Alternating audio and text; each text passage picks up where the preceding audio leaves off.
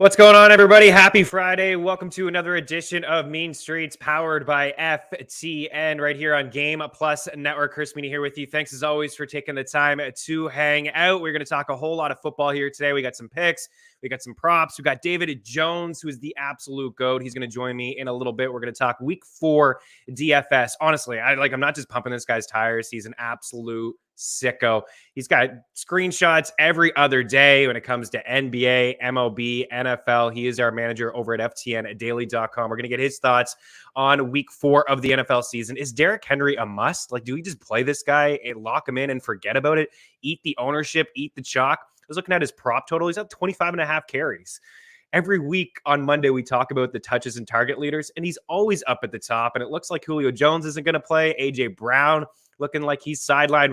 Ryan Tannehill's talking up Nick Westbrook-Akine, who I'm all about that. Fine, talk him up. I hope I'm looking for his catch prop, and I can't find it here this morning. I'm definitely going to look for it all weekend long. But let's be honest here. The Titans against the Jets, I got to get David's thoughts on what to do with Derrick Henry if we just lock him in and forget about it, because he does seem like a guy who's probably going to hit the century mark on the ground with some bonus points over on DK. He's catching balls out of the backfield as well. So a lot to talk about, not just Derrick Henry, but get David Jones's thoughts from week 4 of the NFL. We'll talk a little DraftKings, FanDuel, whatever it is. If you have any questions throughout the show, please leave them. If you're watching along here on the YouTube page, we'll address some start and sits in the next couple segments here. Going to roll through some injuries.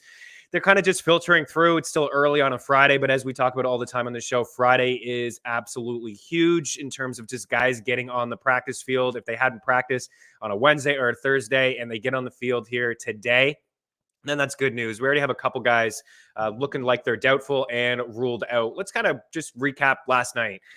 Last night wasn't as fun as I thought. I was super amped about that game. It kind of played out how I thought it was. We were all over Jags plus 7.5. We talked about it all week that the Bengals just not good enough to be favored by more than a touchdown against anybody in the NFL. And they were shut out at half. And they were lucky to be down 14-0. Really, like Trevor Lawrence was stuffed at the end of the first half, which I think, you could look at it and say, oh, what was the turning point in that game? That may have been it, right? It was a big stop at the end. Instead of being down 3 scores, the Bengals were able to, start the second half and finally get going on offense. But, good on Cincy to come back. The picks were just okay yesterday. We got burned by Marvin Jones, crushed us.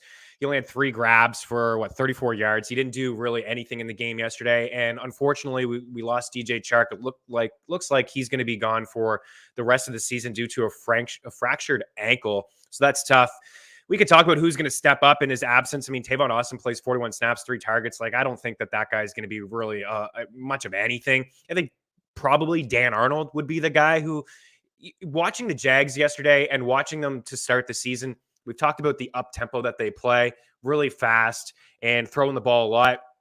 Yesterday they had more of a balanced attack. I mean, James Robinson looked really good in the first half. Carlos Hyde was inactive. He had an injury that popped up. I knew that Urban Meyer just didn't have him as a scratch. There had to have been something going on. How could he scratch him? This is his boy. But he was inactive due to an injury. And Robinson looked really strong running the football. And then they got away from the run in the second half. I don't know why they did that. But nonetheless, Robinson has a good day. But who's going to be that guy to step up for Chark? I think it probably will be Dan Arnold. That was his first game. He had just got traded to the Jags midweek, so he hadn't spent much time with them. He plays 18 snaps. He runs 11 routes, 2 targets, 2 grabs for 29 yards. But again, watching the Jags play over the first couple weeks, the tight end is going to be a player inside this offense. We saw James O'Shaughnessy had a big game. Manhurts had a touchdown in week 1, but a big game. And then he suffered that injury. So that they go and acquire Dan Arnold, who I like. I think he's a solid player. He's definitely going to get more usage here with the Jags than he did in Carolina and other spots in his NFL career. But 11 routes and 18 snaps. It's not bad. It's pretty decent numbers. But Tavon Austin, only 3 targets there. Laviska had the big breakout game. Wish I was on him. Wasn't on him. My bad, was not on him at all. And, a solid game. And he basically topped his air yards yesterday compared to the first 3 weeks. 7 targets, 6 grabs, 99 yards. There's just a mismatch all over the field. They moved him around a couple times. I noticed to start drives, there's a bubble screen to the left and he, almost got the first down twice. I think he got it once. So he looked pretty strong. we talked about that with Tino a couple weeks ago. He was the most dropped player. Like, what? Like, let's be patient with some of these guys, especially younger players. It's a long season. I suppose if you were in an 8-team or a 10-team, you're dropping LaVisca, but not in a 12-team. You hold on to these guys and you kind of ride it out. Just because you don't feel great starting them, things happen in the NFL. Injuries certainly happen, and guys, fall into bigger roles. And LaVisca moving forward without DJ Chark, this is certainly somebody I think in a full point PPR league is like a wide receiver 3. There's going to be ups and downs inside this offense, but overall, I think, pretty solid. There's a couple things we got right in the show. We talked about Trevor Lawrence as an anytime touchdown plus 450. We got that. A shout out to our guy, Jill Gallant. We talked about that at length. We also talked about his rushing prop. He had over 14.5 midway through the second quarter, I believe, and he ran around quite a bit. 8 attempts for 36 yards. Had the touchdown. Not a great passing day, 17 for 24. I mean, no picks, but no touchdowns, only 204 yards. Maybe missing Chark had something to do with that. But again, they ran the ball in the first half, which I wish they would have stuck with that. But a positive game for James Robinson. He finds the end zone twice, 18 for 72, basically plays all of the snaps and looks really, really strong. On the Cincinnati side of things, and also Lawrence, like this is somebody who ran a lot at Clemson. He didn't run in the first week. Urban Meyer said, listen, use your legs, start running a little bit. In the last 2 weeks, we're really starting to see that from him. So I'm curious to see what his rushing prop will be next week. Will it be at 20? I would take anything over 20 because I think we'll start to see it a little bit more from Lawrence. He's starting to call his own number, run around. He can run for a big dude. He can pick up speed. There was once he looked like he was going at full speed, and then it was like a little bit of a shimmy shake, and then he put on the aftermath, the burner. Speaking of aftermath, how about the Super Bowl halftime show? Are you kidding me? I am fired up about that. Dre and Snoop and M and Kendrick, Mary J. Blige and Inglewood. I don't know if you caught the halftime of last night when they were talking to Dre and Snoop, but I thought, I don't know, I'm a big hip hop fan, so I started to get like chills and just listen to those, talk, and those two talk, and Jay-Z making it happen. And yeah, I'm a little sidetracked, but I'm looking forward to that halftime show. Like, let's go. That should be amazing. And it should probably last at least 25 minutes. It should be a pretty good halftime show. But yeah, on the Cincinnati side of things, 24 for 32 for Joe Burrow. So the most passing attempts he's had so far this season. We talked yesterday, it was at least 30 in all 10 of his games last year. The one game that he left early with an injury in Washington, he still had 30 plus passing attempts, 34, I believe, in that game. So he throws the ball a little bit more in empty sets. He was basically perfect yesterday. He had a very, very strong second half, utilizing everybody inside the offense, including CJ Uzomah, right? CJ Uzomah. And again, we're having David Jones on the show. Him and Debro were all over CJ Uzomah. We had a sub yesterday, very successful in a showdown lineup. And he also had DJ Chark, who didn't do anything and was still able to win a lot of cash, having CJ Uzomah in the lineup. I'm a fan. I'm a fan. I drafted him in a couple two tight end leagues last season. He suffered the injury. He was good before the injury. He was good filling in for Tyler Eifert a couple years ago. He was great, obviously, last night. Plays 48 of 58 snaps, 6 targets, 5 grabs, 95 yards. There's going to be some up and downs. You see T. Higgins come back in the lineup, and then you won't be able to, expect this kind of performance from CJ Uzomah. But I know there are some people who play in 2 tight end leagues. Like, I'm not the only fool playing in those 2 tight end leagues. Shout out Howie Bender of Fantasy Alarm, who runs a great league, Sirius XM Independence Day Invitational. I'm always so fortunate to take part in that draft, and it's a 2 tight end league, and they fly off the board. I actually have him in that league as my 3rd tight end, but I did not start him. So that's the way she goes sometimes. Boyd, huge game. We had the over 5.5 grabs at plus money. 11 targets, 9 grabs, 118 yards, a massive game. I know people are, Joe Mixon owners are frustrated again this morning. And if you've owned Mixon in the past, you've been frustrated multiple times. They started that game really not giving him the ball at all. Like, there was, I think the first 2 drives, I believe he had maybe 1 touch. He wasn't getting targeted. He wasn't getting a lot of carries. He got lucky to get the touchdown. I mean, Joe Burrow got stuffed. They called it a touchdown. It clearly wasn't a touchdown. And they reversed it, and then he got in the end zone. And then I noticed in the first half, he wasn't on the field during 3rd down. 2-minute drill, he wasn't on the field. And then late in the game, he wasn't either. Well, he was, but then he suffered what looked like a calf injury, and then he was just on the sidelines, and then Samaje Perine was on the field to close out the game. But Perine was getting a lot of 3rd down reps, but this is just kind of it with Mixon. This is what we've seen before in the past. There's been some highs and some lows, and some games where you think that he's going to be a big part in the passing game, but they draft Chris Evans, who's a terrific pass catcher, to kind of fill that Giovanni Bernard role, and he's just a young buck, a rookie. So you think over time maybe he starts to get implemented into this offense. But overall, you got to be happy with what you got from Mixon. It wasn't what you thought. He only had 67 rushing yards, 17 carries. Maybe if he doesn't suffer that injury at the end, he gets into the mid 80s or mid 70s, and it's okay. But he found the end zone, and that's positive. Keep in mind, it was a short week. And, maybe they're just scaling it back just a little bit. Chase a big game as well. 9 targets, 6 grabs, and 77 yards. So we didn't get the Robinson receiving yards. We didn't get Chark. We didn't get Marv, but we did get Boyd. We didn't get Lawrence rushing yards and anytime touchdown plus 450. Let's roll through some injuries quickly, and we'll get to some start and sits. So DJ Chark, unfortunately, he looks like he's done for the season. Gronk returned to practice today. You knew this guy was going to play. Are you kidding me? Gronk not playing in Foxborough? Yeah, right. Elijah Moore, concussion, he's ruled out. Denzel Mims, second-round pick for the Jets last year, has been inactive. He's going to be active this week. I don't suggest starting him, but he was looking like a bust. He still may be a bust, but let's see what he can do moving forward here. George Kittle, not a lock to play this week. Keep monitoring that. Also, Elijah Mitchell looking like he's not going to play this week. So Trey Sermon owners, even though it wasn't great last week, I think 10 carries, found the end zone. You have him. I think you play him and you hope that, he can get a couple red zone attempts and then he can get double-digit carries. But again, it is Russian roulette in Shanahan's backfield all the time. What do we got here? Claypool limited, Deontay Johnson looks good, and Juju limited. So we could see all three, but good news for Deontay Johnson. Not a great matchup. May see a lot of J.R. Alexander. I suppose Alexander could be on Claypool too.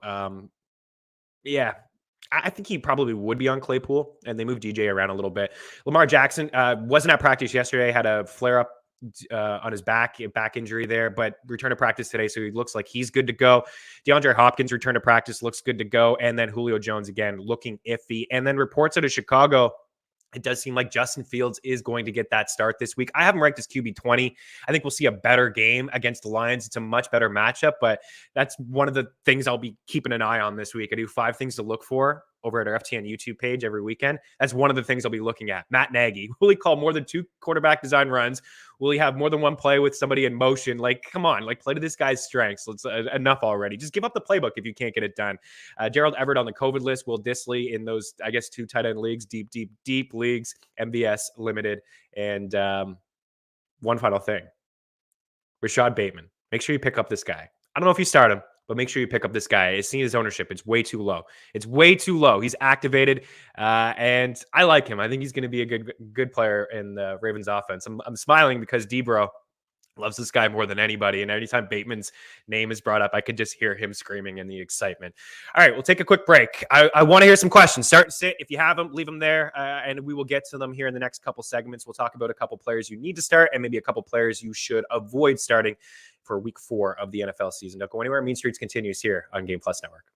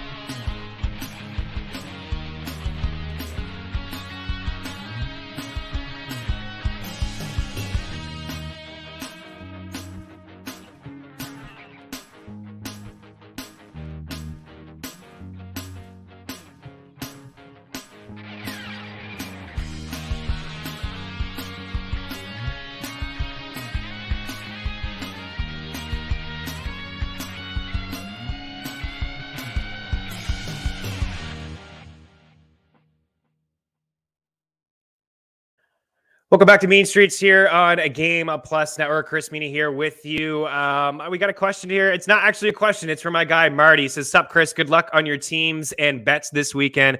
And sign up for hockey so we can battle. I did want to talk about that off the top. I forgot. I got sidetracked about Eminem and Dre and Snoop at the halftime show.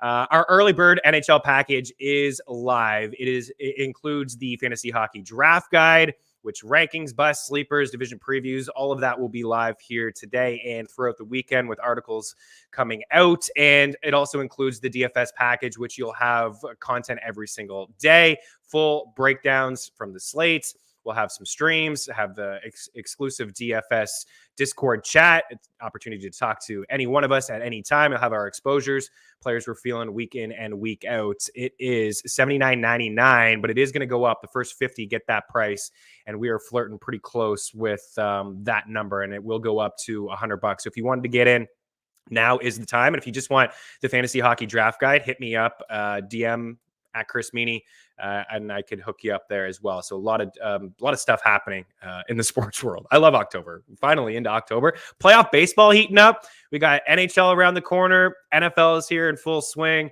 NBA is around the corner as well. Lots happening here. We do have one question here from, I think it's from Black Tepis, Vlad Balanik. I don't know. I probably butchered that. Hi, which RB should I put in fantasy, Drake or Chuba Hubbard? I think you got to roll with Chuba there, right? I'm excited about Chuba.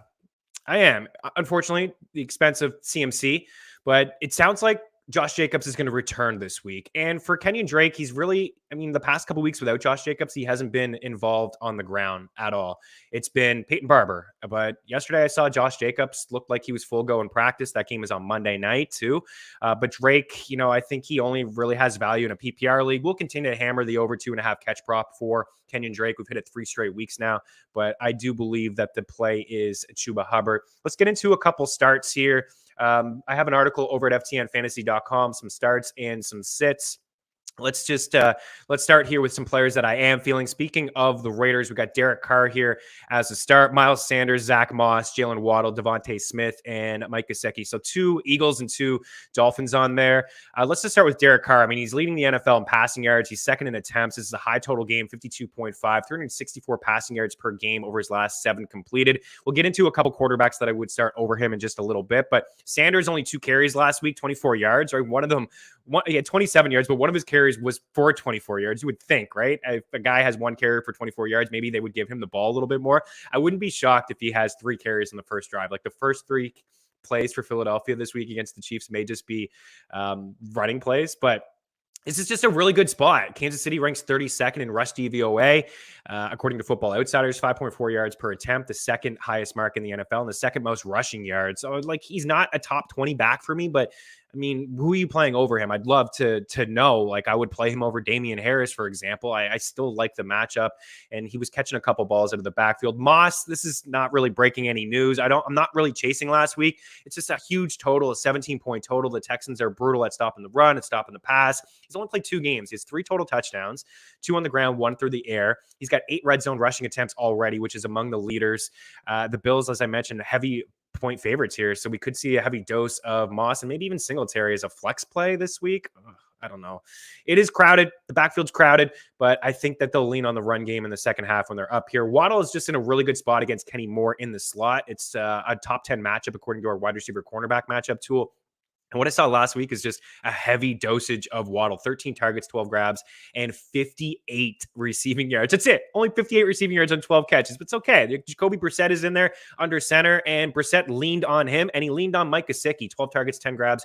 And the 12 targets were a career high for Gesicki, and the 10 catches tied a career high. So Brissette was just locked in on those 2 guys. So I think that continues to happen here. Maybe they don't get double-digit targets, but what I saw was a quarterback, in a system that's not really based around him, but just a guy who wants to kind of keep his job, and he's going to lean on his 2 best guys. Will Fuller is great, but there was a disconnect there. He wasn't hooking up with Fuller, and he wasn't giving him a lot of targets. Another Eagle and Smith. So KC 32nd against the run, according to Football Outsiders, and against the pass as well. Dead last pass DVOA. And Smith, a rough game last week, but had to deal with Trayvon Diggs, who I believe is an elite corner, and Kansas City allowing quarterbacks to have a 70% completion rate inside the top 10. And for Smith, he has a healthy 23% target share and 44% of his air yards. So I can understand not wanting to start him or Miles after last week, but Miles as an RB2, and then Smith as, a flex guy, upside to be a wide receivers 3. Here's some other dudes that I would start. Kirk Cousins, even against Cleveland, a 73% completion rate, a QBR that's 118.3. number 4 in both categories, 4th in passing touchdowns with 8, and he's the only quarterback with 8 touchdowns not to have a pick. And that goes back to last season. He's got at least 2 touchdowns and 0 picks in 5 straight games. He's playing really good football, and he's got 2 elite wide receivers. Jonathan Taylor, play this guy. CEH, play him. Gibson, play him. Edmonds, play him too. He's 3rd among running backs in targets. He's 6th in routes run.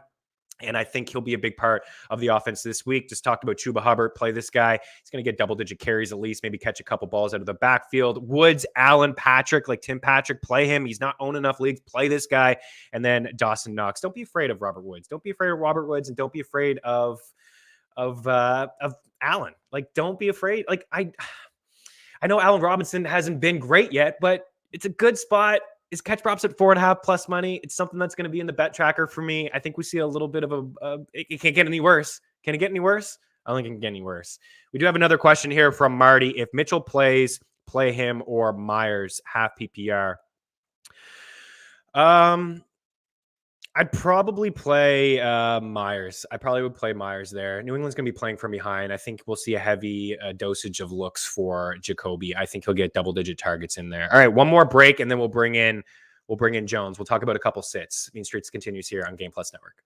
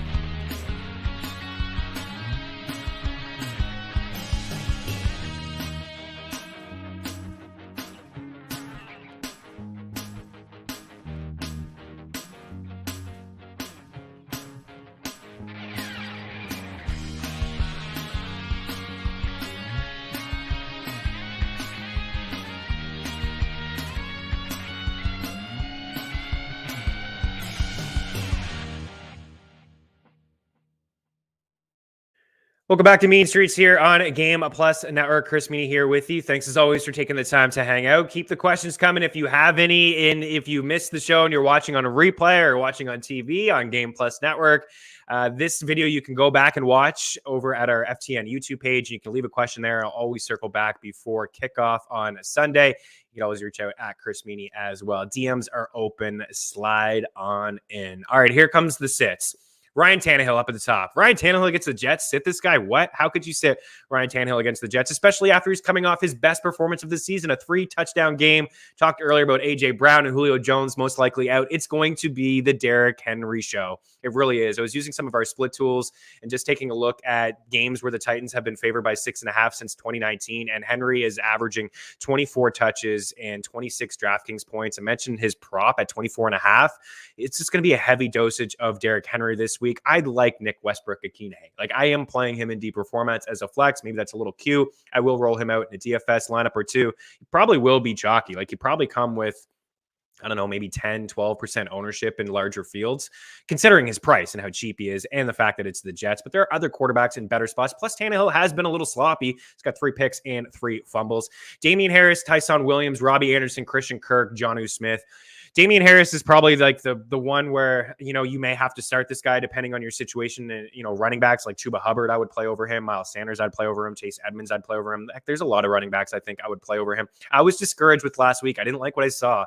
The Saints, you know, they played strong on defense. They are a good run defense. They have been for years, but so are the Bucs. I mean, number 1 in each of the last 2 seasons against the run.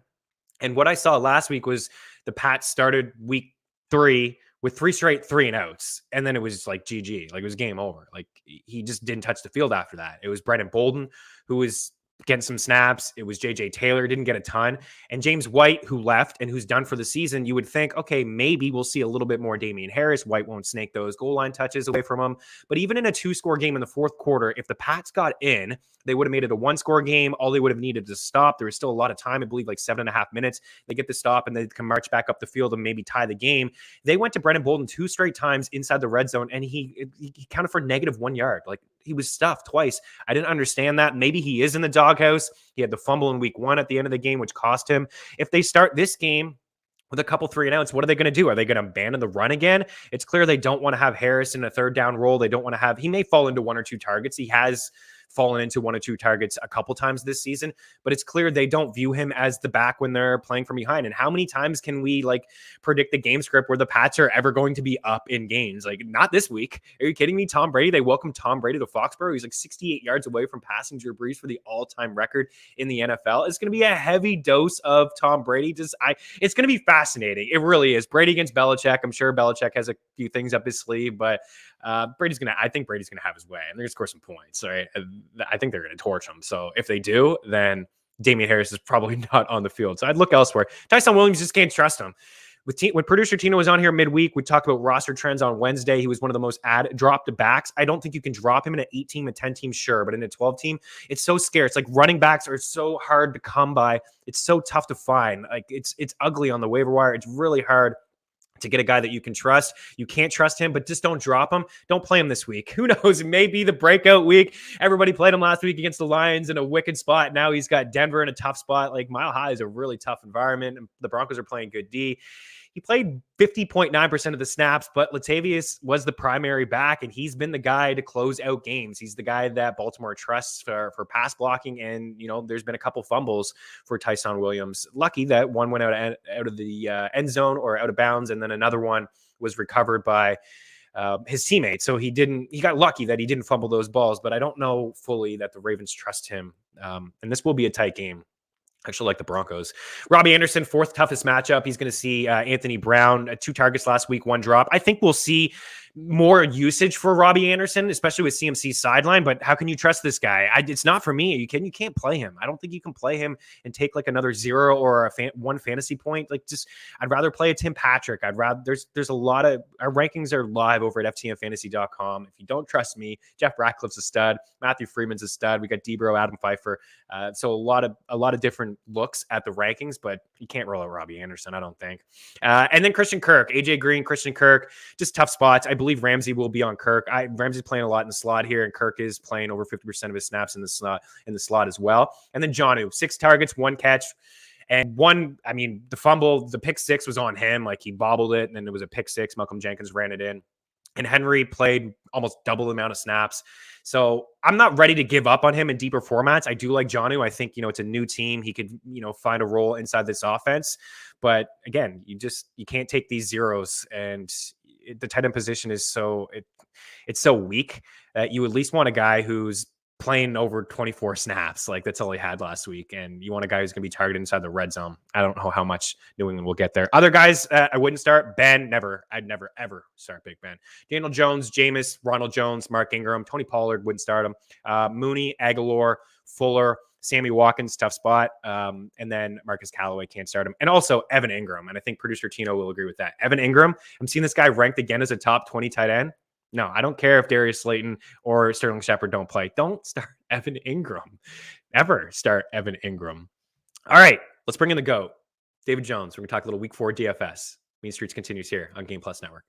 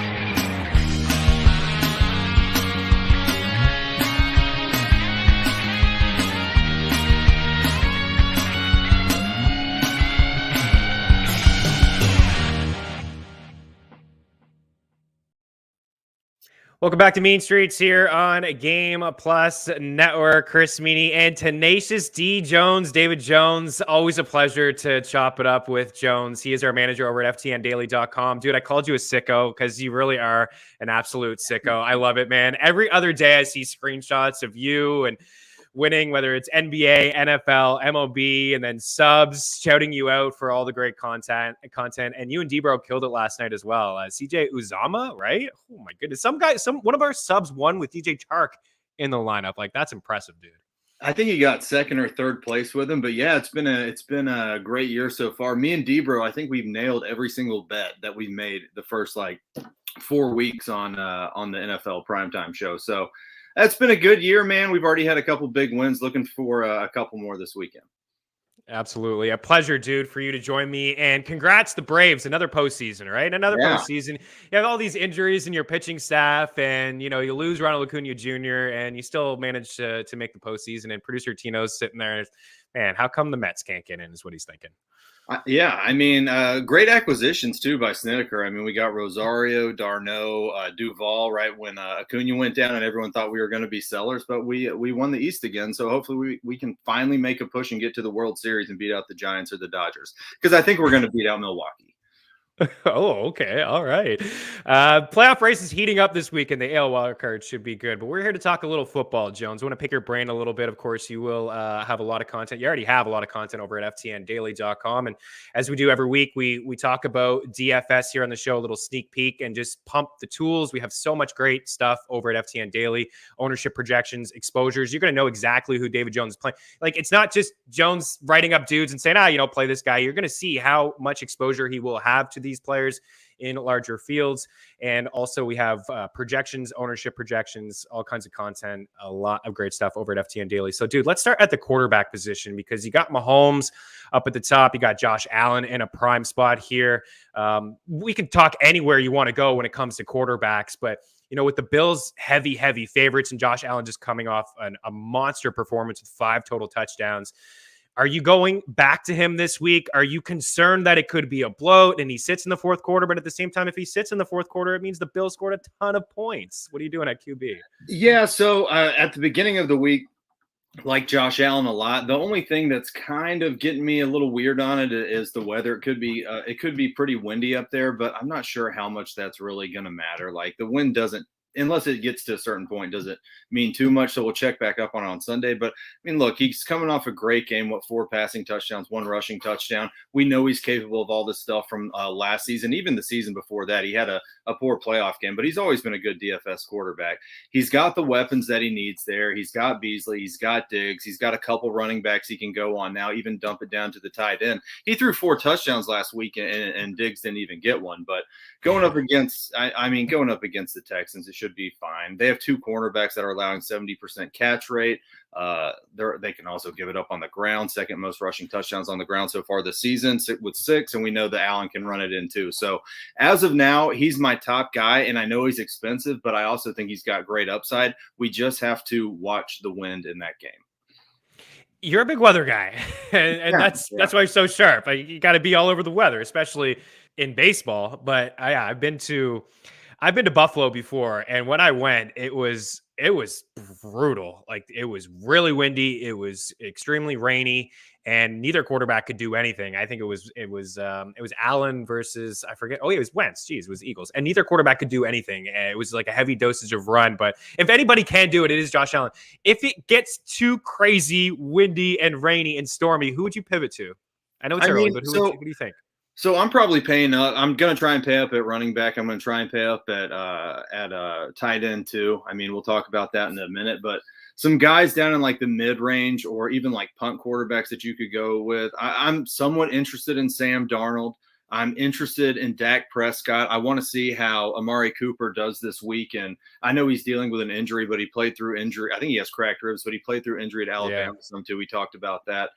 He didn't get targeted much last week, but he can still be a threat even with the few targets that he gets. They still have CeeDee Lamb. They've got Zeke who can catch. They've got Tony Pollard. I think Dak's in the mix there, and he's too cheap. And I'm considering Jalen Hurts. I'm kind of a Jalen Hurts hater, I think, at FTN, but he puts up good DFS numbers. But going into halftime, this last primetime game, he had like 2 points, and then he turned it on for like 26 in the second half. And you can run, definitely, as we saw with Lamar Jackson out of the quarterback spot against the Kansas City Chiefs, and you can also throw on them. So those are the guys that I'm kind of pinning at the mid-range. And if you're talking about punt, it'd be maybe like Heineke, or I even have the slightest interest in Jacoby Brissette because he's so cheap. Yeah, I like Heineke as well. I agree with you with Hurts. I'm not a huge fan, but from a fantasy standpoint, he either has 300 passing yards or 60 rushing yards, and we love that in fantasy. And it's the same thing against the Niners a couple weeks ago in the first half. It didn't look like he was going to reach his rushing prop. It looked like just a dud game from him, and then all of a sudden he has like 80 rushing yards. He runs one in, and that's kind of what he can do. And KC dead last against the run and the pass, according to Football Outsiders. So I guess a decent spot from a fantasy standpoint. You definitely will have to play catch up because I think Mahomes gets it right this week. Over to the running back position, CMC is out. Cook is questionable. Aaron Jones is questionable. Saquon's questionable. I think all three of those guys probably play. Alvin Kamara in there as well. But Derrick Henry up at the top. Like, this is the guy I have to ask you about and just kind of pick your brain and what your strategy is. And this guy probably will be pretty popular. He's super expensive over on FanDuel. I think he could be even more expensive on DK at 8.8. He's catching balls out of the backfield this year, which is new and different. They're giving him some screens. But what do you do in a spot like this? Like, you're playing the Jets. You're most likely without Julio, most likely without AJ Brown. This rushing props at 24.5. You figure he probably touches the ball 25, could be 28 times in this game, runs all over the Jets. And you figure like the bonuses in play on the ground as well over at DK. Do you eat the chalk? Do you feel like he will be chalky? Like, what are you doing with Henry? I feel like he's probably going to be chalky, but he's so expensive. It makes the builds tough. I've been trying to do it all week, so I'm in a lot of like punt wide receivers, and that's why I bring up guys like Heineke and Sam Darnold, because I'm trying to fit in Derrick Henry. Like, why wouldn't you do it, right? We know he's going to get a ton of carries. He has 63 rushing attempts his past 2 weeks, 63 for 295 yards and 3 touchdowns. Now we're talking about AJ Brown was out last game. He got hurt early in the game. Julio's beat up. Even if one of those two guys do play, they're not 100%, and you can run on the Jets. They've given up, 5 rushing touchdowns on the ground, tied for third worst, and they're just going to absolutely feed Henry. They don't have reliable other wide receivers right now, and I'm not so sure that Julio Jones is reliable anymore, to be quite honest. He hasn't been a touchdown guy. Fair. But I mean, I think you just lock him in, man. Like, you're going to feel like an idiot when this guy runs for like 150 and 2 touchies. So I think you do what you got to do to try and get Henry in, and then you just don't have to worry about the position anymore. It's not like they're going to stuff him. Like, it's not like he's going to only get 65 yards and no touchdowns. He's getting in the end zone. The Jets allow, I think, the second most red zone attempts for rushing back, something like that. I mean, he's getting in the end zone, and it's probably going to be twice. Yeah, I would agree. Yeah, you just plug him in and you get different elsewhere. And I just can't imagine him not having a good game. That's it, right? The Jets offense is not doing anything, so it's putting him in tough spots defensively. And I think that's what when you talk about red zone rushing attempts against, it's why we're seeing a high number from New York. If there was one more back, though, I got to ask you the same thing. If there's one more back, if there's anyone else here on your radar, you're gonna have a lot of Henry. I think a lot of us have a lot of Henry, but who else would you have some exposure to? I think, and this is, guys, also kind of expensive. I've got everyone in my MME pool over at the article at ftndaily.com, but I think I got to chase the targets with Najee Harris. Like, it reminds me of, when Lev Bell started popping years ago, and then it was like, okay, can he do it again? Yeah, he can do it again every game for 2 years. I mean, Najee Harris got 19 targets last week. Big Ben looks terrible. He's going to be dumping it down. He even got his tight ends involved last week. He's got beat up wide receivers there too. And you're playing someone that got 19 targets out of the backfield at a running back position. For DFS, you want guys that are going to catch the ball. And I know he's not going to get targeted 19 times again. They were playing from behind in that game. But if he can get targeted 10 times, catch 7 of them, pick up 65, 70, and hopefully get in the end zone, I mean, it's another guy that you got to be pretty interested in at running back this week. Yeah, and he's underpriced on DK. I think he's 6'8". So I mean, coming off that big, what is he? He's actually six. Yeah, he is 6'8", coming off that big catch game. And it's not just Bell, dude. It's, I mean, D'Angelo Williams when he stepped in the one year, he had a ton of usage out of the backfield through the air, and James Conner when he's healthy over the past couple of years as well. Yep. It's just Tomlin's offense, and he's the only running back with over 90% of the snaps. I think he's like 96% of the snaps too. So he's just getting a lot of work, and he's on the field a lot, which we like. All right, wide receiver position. What do you got? All right. So I got a couple guys I like here a lot. And I've heard some people going back and forth on this guy, but it's got to be Jalen Waddell for me for the Miami Dolphins. So the rookie has looked really good the first 3 games. He had the connection with Tua before Tua got hurt, but now you have Jacoby Brissette coming in. And last week, Brissette checked it down to Waddle and Gesicki, I think a total of 25 times. It's kind of what he's always done besides when he was brand new on the Colts. When I think he started with the Colts, but I know he was on the Colts at some point, and now he's playing the Colts again. So I think he's going to be checking it down to Waddle a lot, and Waddle's catching like all the passes. He got targeted 13 times last week, caught 12 of them, and it's something similar like that the first 2 games without being targeted 13 times, but he's catching a high percentage of balls. The Colts also have been a lot worse against the wide receiver than the tight end, because I'm saying, okay, do I spend down for Waddle? Do I spend down for Gesicki? Waddle is like only $900 more than him over on DraftKings, so I'm going to go with Waddle. They've allowed, I think they're tied for the most touchdowns against wide receivers with 9. I think that's right, something like that. It's bad, and Waddle's running 76% of his routes out of the slot, which is good. The Colts have been good against the tight end, and I think they've allowed 0 touchdowns to the tight end so far this season. So while Gesicki can get some targets, he can get some receptions, I think Waddle's in a better place to score. And let's not forget in week 2, running out of the slot, which Waddle's going to be doing a lot, is when Cooper Kupp absolutely feasted against this Colts team. So they do have some decent guys that could cover him, but I just think the volume's going to be too high, and he's going to be able to get it done out of the slot. And he's too cheap. So Jalen Waddell. Yeah, and 3.5 is his catch prop. I'm waiting for it to go up to 4.5.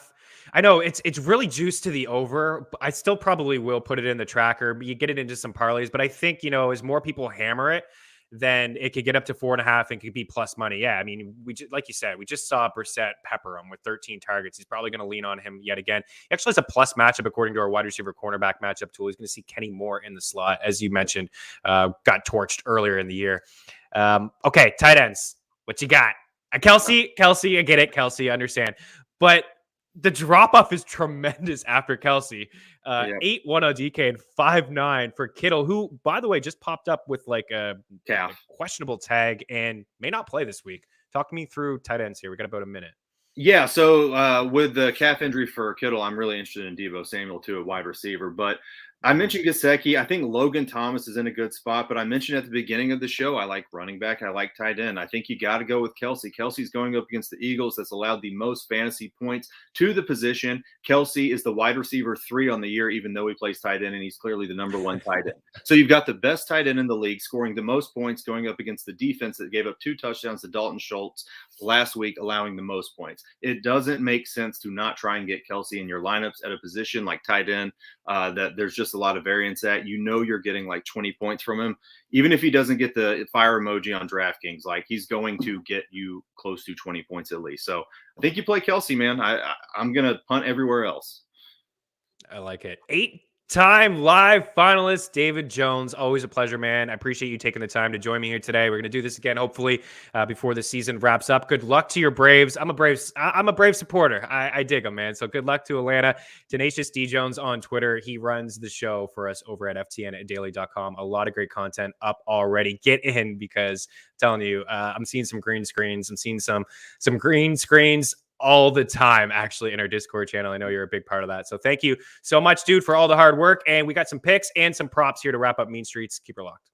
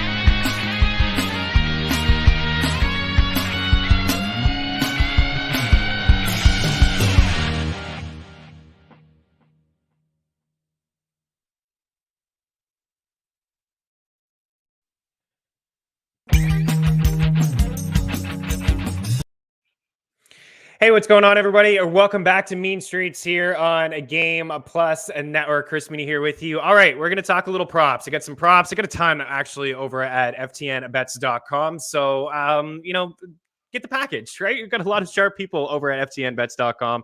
$49.99 per month will get you every single sport. So you see here, we got Brendan Cooks over 5.5 catches. We have Odell Beckham Jr. to have 4.5 catches as well. We got Tyreek Hill, 5.5 grabs for over 73.5 receiving yards. You got Tom the GOAT Brady for over 302.5 passing yards. And Khalif Raymond, everybody. What am I doing giving you guys a Khalif Raymond prop? Are you actually going to put real money down on Khalif Raymond? I don't know. I think you should. Let's start with Cooks here. So a 38% target share and a 58% air yard share from, his team. Number one marks. Like, we saw last week with a rookie quarterback in Davis Mills.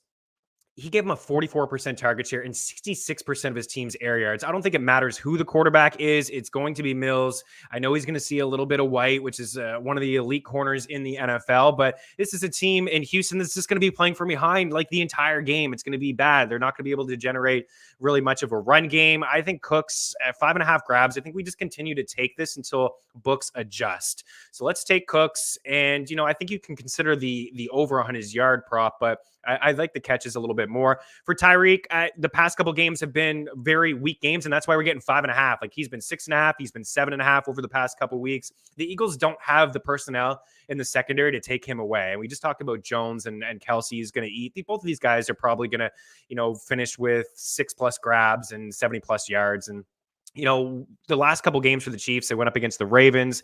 They went up against the Chargers, like just better defenses, better secondaries, familiar with Tyreek Hill and getting beat so many times over the past couple of years. They just didn't want to get burned by Tyreek Hill. I don't believe that the Eagles have the personnel in the secondary to limit Tyreek Hill.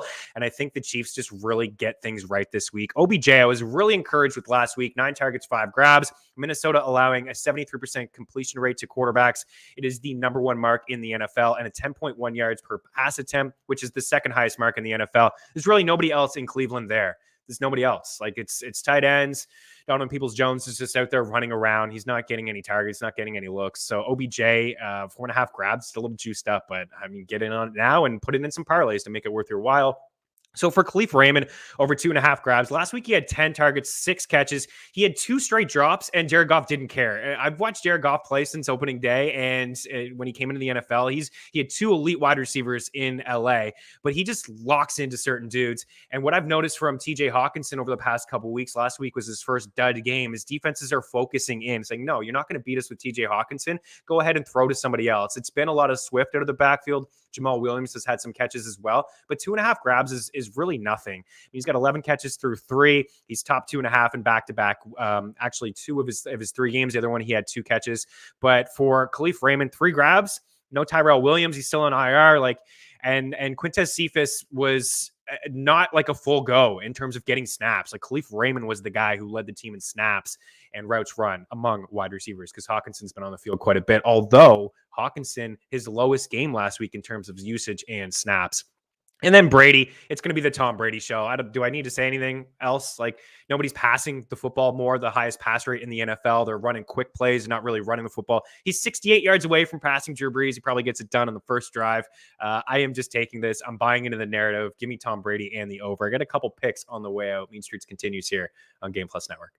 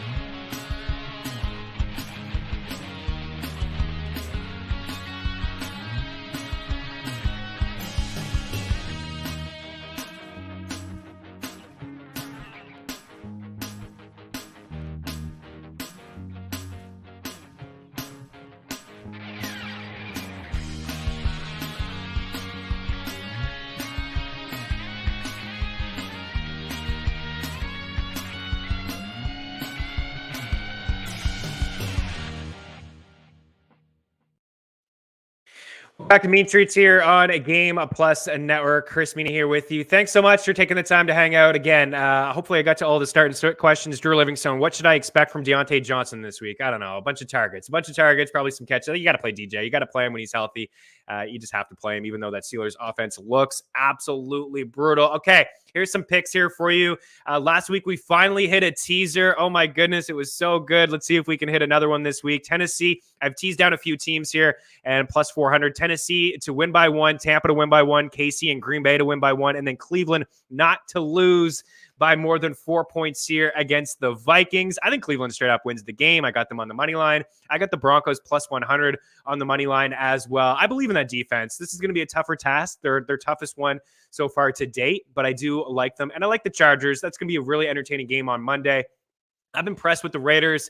I don't think that they're legit, but I do like them a lot on offense. I think we could see some points. It's not one of my favorite totals, but I like the Chargers overall. I think that they're a better team, but I think Raider Nation will overtake the Chargers. Like, there'll be more fans there than Charger fans in that game.